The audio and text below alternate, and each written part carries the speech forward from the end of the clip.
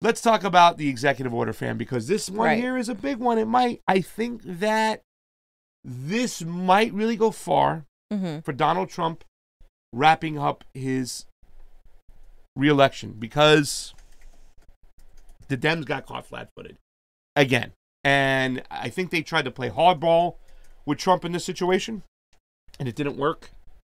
And whether they go through with this executive order or if they go back to the table, it's still going to look like Trump was making a move while the Democrats couldn't. Where once again, they did do nothing. He pressured. He made them look bad because he did something and they hadn't done anything. Yeah. So if they go back to the table, it's going to look like he brought them back to the table for a deal. Right. So, I mean, I don't know how they can twist this right now. They're trying to.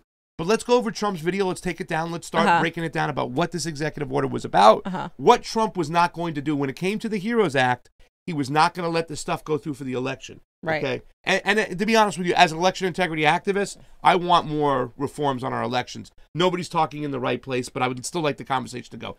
It has got no place in an act right now where we just need direct assistance to the people. Not an 1,800-page bill.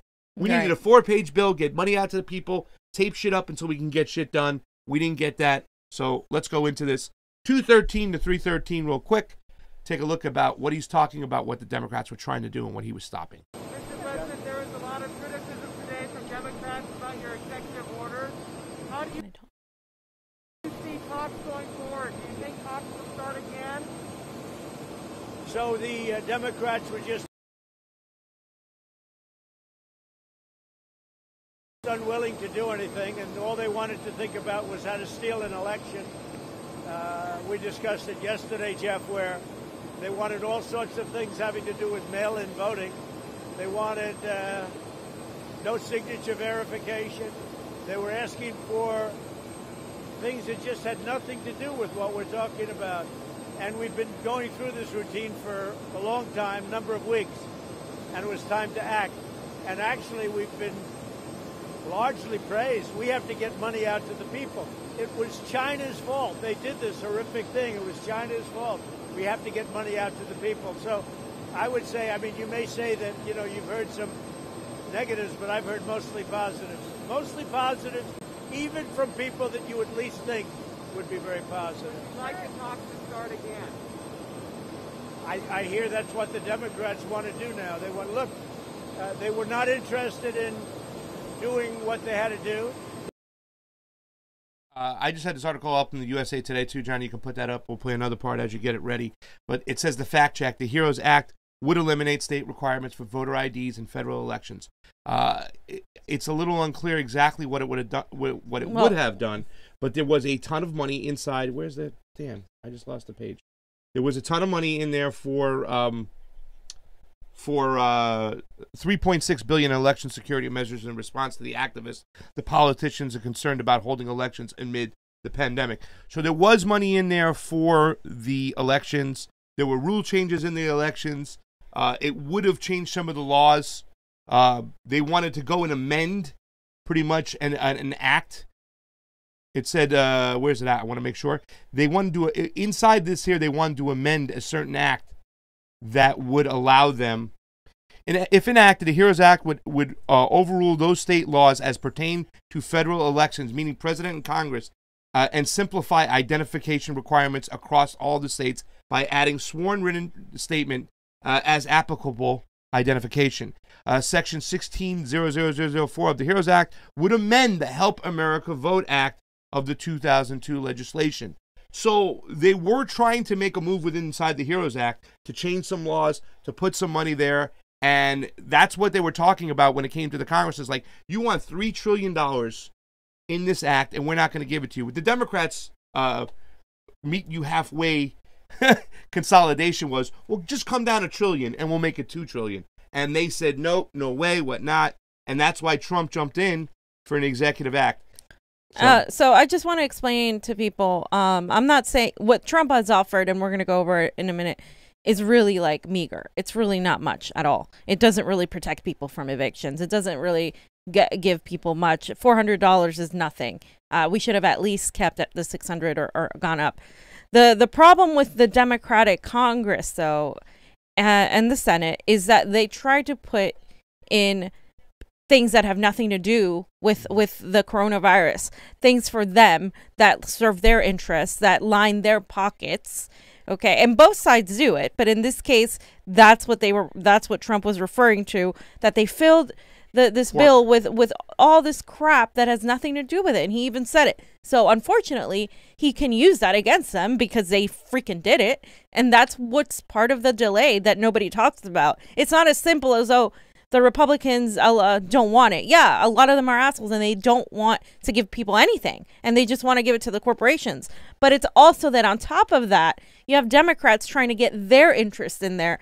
And so who gets lost? The people in the simple relief that they need, the direct money and the direct stimulus that they need. All of that gets lost and pushed aside because they're trying to play politics with each other. Yeah. And so that's what this is a problem. So Trump coming in and saying that is important.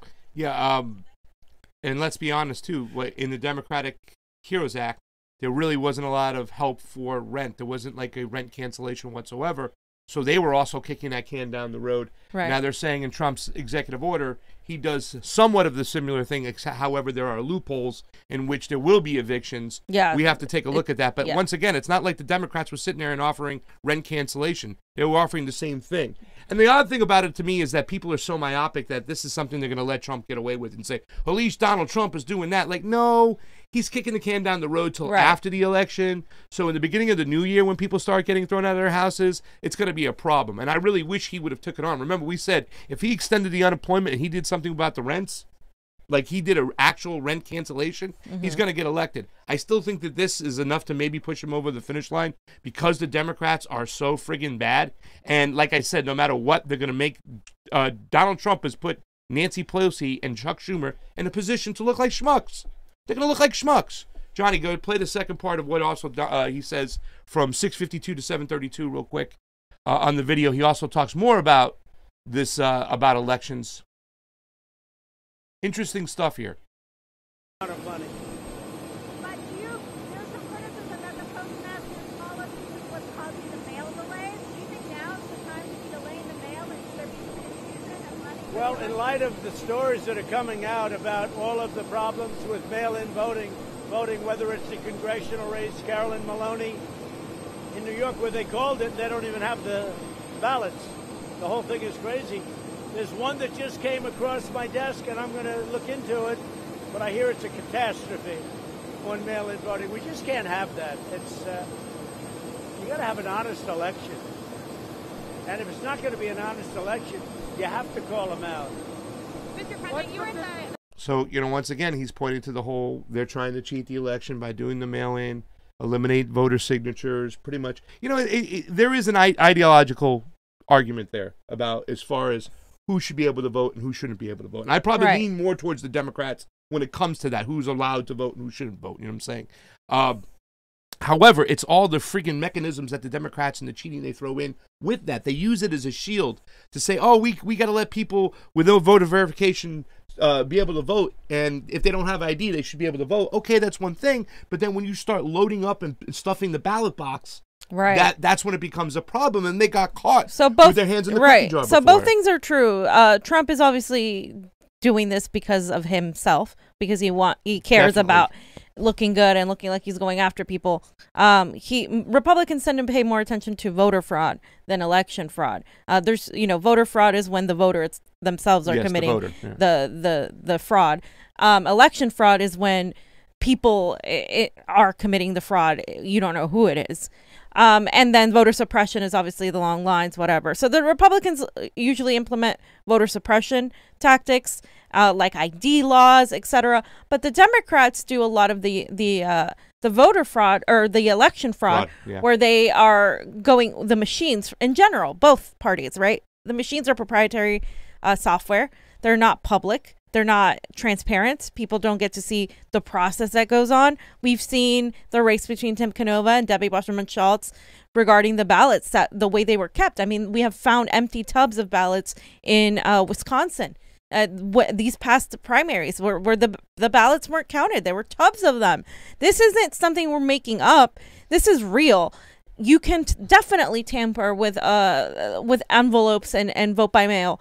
Now, a lot of people argue, like our friends in Washington State, because they do this like on the regular, that it's actually better, and you tend to have less corruption in the elections, in the primaries, because they can go and find the ballots and the signatures. So what they do in Washington is, like, if there's a signature that they say, oh, it's not matching, you go find the person and you verify the signature. It's like chasing ballots is what you can do. So they reportedly have like some of the better elections. However, Washington is one state. If we had just straight up vote by mail in every state where there are interests and politicians that seek to benefit from whoever gets in office, then it won't necessarily work, because we're not tackling the full crux of the problem, the source of the problem, which is our entire election system has to be revamped. Yeah.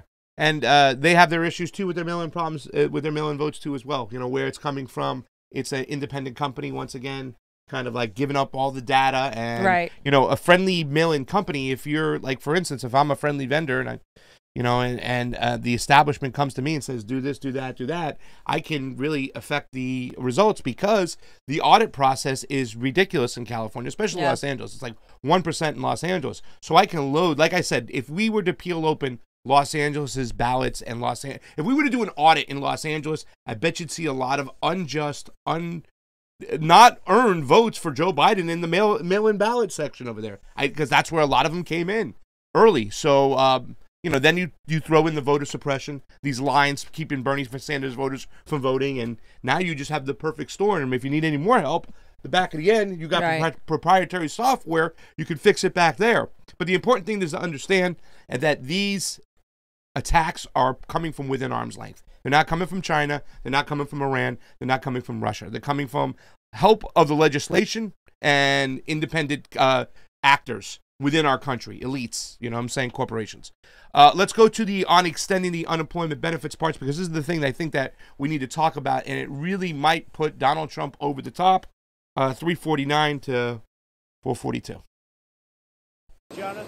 On the issue of the unemployment insurance, the $400, there are some criticism from Democrats saying that a lot of states can't afford to do their part, to do the $100. Would the federal government up what they're willing to give?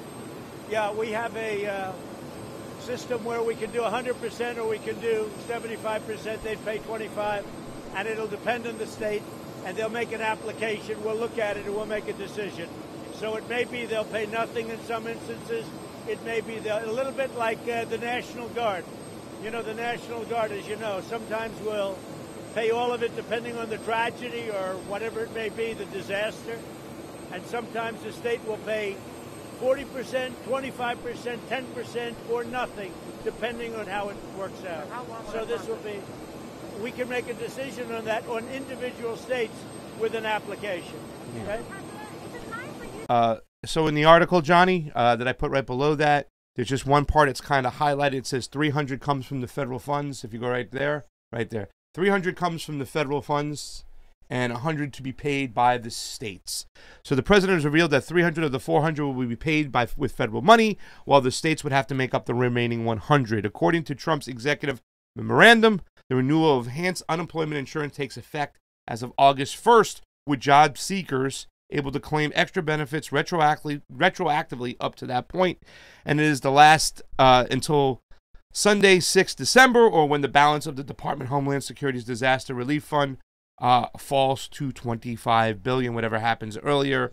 According to the memorandum, there is currently about $70 billion in the DRF. So what he's saying is that pretty much you get your unemployment benefits from your state. So for instance, if $400 is the average, which is locked out on, the federal government will come in, put in 300 extra on top, as long as the state puts 100 there. And if the state can't afford it because they're out of those funds, then therefore they can apply for a waiver, and the federal government will put the whole 400 on top. I think this is something that Donald Trump did, where he goes, look at my Republicans, look at my Democrats, because here's the thing too, with the Republicans, they wanted this 400, and he even said in his speech, he wanted to provide some incentive. He felt 600 was making it too much incentive for people to stay home, where 400 was more of an incentive for some people to go to work. Your thoughts on that? Yeah, that's fucked up. Like, $600 is a minimal. By the way, $600 a week is $15 an hour working 40 hours. That's $600 a week. Yeah. Just so you guys know that That's what we should all be making, minimum wage. But that's unfortunately not what some people are making. They're not making a living wage. So for the first time, some people are making a living wage, and they think that's too much because they want us to be making slave wages. That's really what's going on here. They are so easy to give money to the corporations but they won't give us, the people, anything. And people aren't doing enough to demand it. We could all be doing much more to demand it. Now, the issue I have with the $400, it's something, but doing the whole $100 has to come from your state is going to be a big problem because Trump doesn't like states like California. And I don't know what Gavin Newsom's doing with our money. Like, so it's kind of like, yeah, but you don't put the people in between your fucking politics with the governors. You just don't. You automatically give people direct aid, not dependent on the state. I think that's a mistake. That's what he's getting a lot of backlash on, and I think the backlash is right because you shouldn't put that on the people because then people will suffer delays because of the politics. Well, I don't like democratic states like California, so you know what? They have to pay it. We are literally out of money. Like California, but you know what would happen screwed. Though? Yeah, but because once again, California's also been giving money to contractors that don't deserve that money instead of going into the pockets of the people, and that's what he's doing. He's playing politics because if a state like California play politics with people's money, though. I understand, but once again, the Democrats are not doing anything. He's at least doing something, and that's the perception. It's going to come off here and whatnot. So, I mean, when he says, well, listen, I'm going to put in 300, the state has to put in 100. And if California he's putting it on them. If California goes, well, we don't have the money left, and he's going to say, well, what did you do with all the money? And then people are going to start looking like, what did Gavin Newsom do with all the money? He's making it a point so that they'll have to look at their own governors. Yes, is he playing that stupid politics about Democratic governors? You know what I'm saying? They're awful and their states are run down. We have to look at them. He's still playing that game and hitting that tune. But I mean, the fact that he's just saying we're going to pony up 300, and if you have to put the 100, if the state doesn't put the 100, then he could also come. Well, I'll put the extra money in there, and he's going to look like a hero again when the governor's sitting there trying to play politics with him. He's positioned himself with this money to make moves and make himself look like the hero. Right. McConnell wanted 200. Yeah. Okay, McConnell wants like him 200. McConnell's a piece of shit. Oh my God. So I mean, but this move he's made is gonna. It's very political though. Like it's very calculated and political, and calculated. I think that's why he's getting also a lot of hate. I don't think that move is just like everybody loving it. I think it's also a lot of people being like, well, why don't we just get the money directly? I mean, bottom line, like both the Democrats and the Republicans are wasting our time. They should just be giving people direct funds like many Congress people suggested in the early times, like people like Tulsi, people like Rashida suggested. That's it. You give them each on a card. Give it to them. That's it. Every month. And now we're not, there's not even a stimulus package included in any of that. So that's not a lot of money, you guys. It's really not. Yeah. Well, I said people are very myopic when it comes to this shit, and you know what I'm saying? They're going to get that money, I think, and they're going to make it look like the Democrats are the ones who kept it from them. So we'll see how this plays out, but the fact that they couldn't get anything through, they put Trump in a position to make himself look good and themselves look stupid. Even when Ro Khanna says, like, well, meet us halfway. Come down $1 trillion, we'll come down $1 trillion, you come up $1 trillion. It's like, it's $1 trillion, dummy. It's $1 trillion. You gave $2 trillion in the CARES Act. You kicked all this money up to all these corporations. You didn't do shit. Now you're trying to come back and circle the wagons? That's why the Democrats just stink. Fam, we have a lot of concern about what happened with Social Security because one of the 4 executive orders was the payroll tax cut, and the Democrats are harping that he's going to take that money away from and gut Social Security. Take a look at what he says about Social Security. Did you say that you want to permanently cut the payroll tax, or is it just a temporary cut? It may be permanent. We're looking into it. Right now, we haven't cut. It's going to a certain time, as you know, and we'll take it out till the end of the year, and then I'm going to make a decision as to, number one, an extension, and number two, making it permanent and no reimbursement. What about Social Security? That funds the Social Security. Well, what we're doing is we reimburse through the general fund, not through Social Security.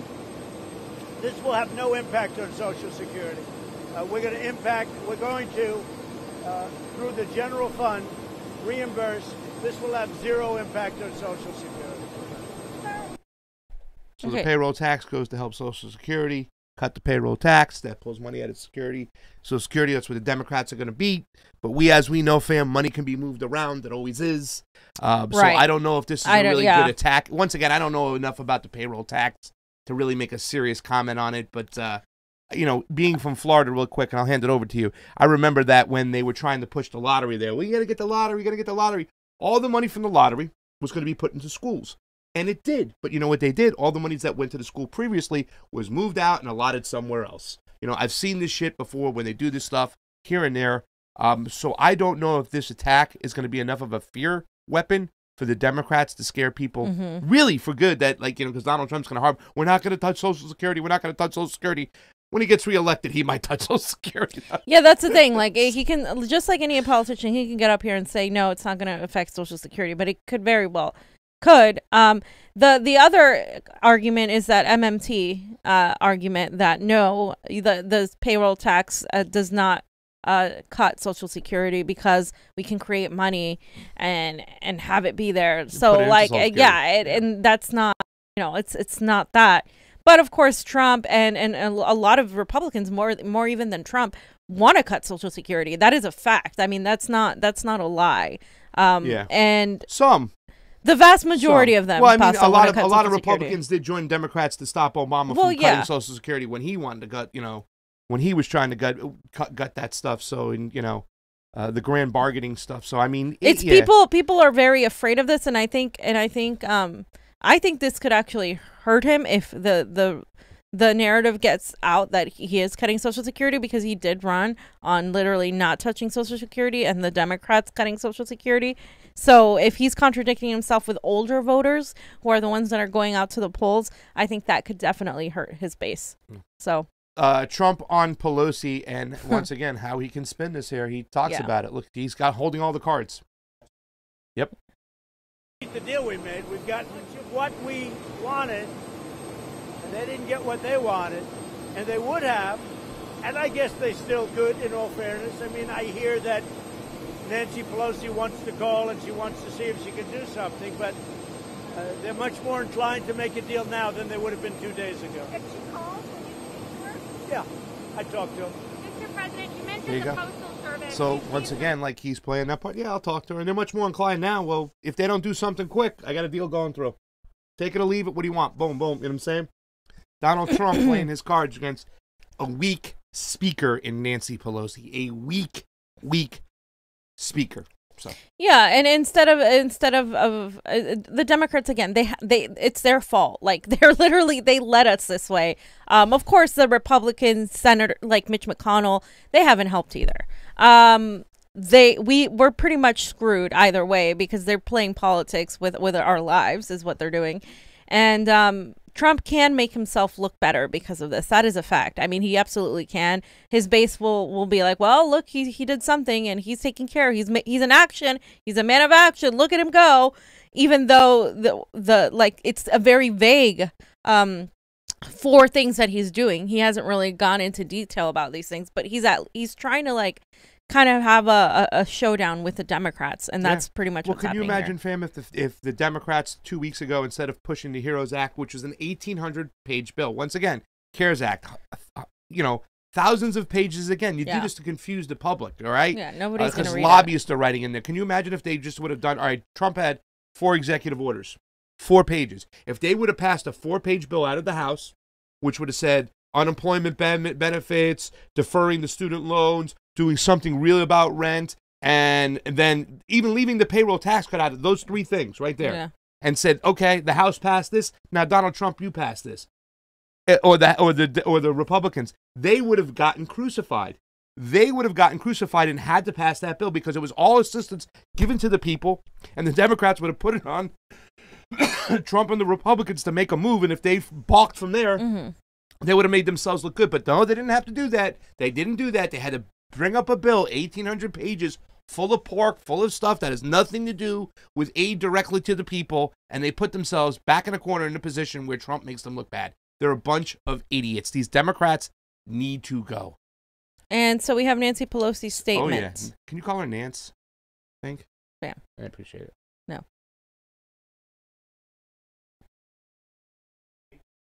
Yeah, the tweet says, today's meager announcement shows President Trump still does not comprehend the seriousness or the urgency of health and economic crises facing working families. Sorry. These policies provide little help for families. I mean, she's just Nancy Pelosi. I mean, what can she do? What can she do?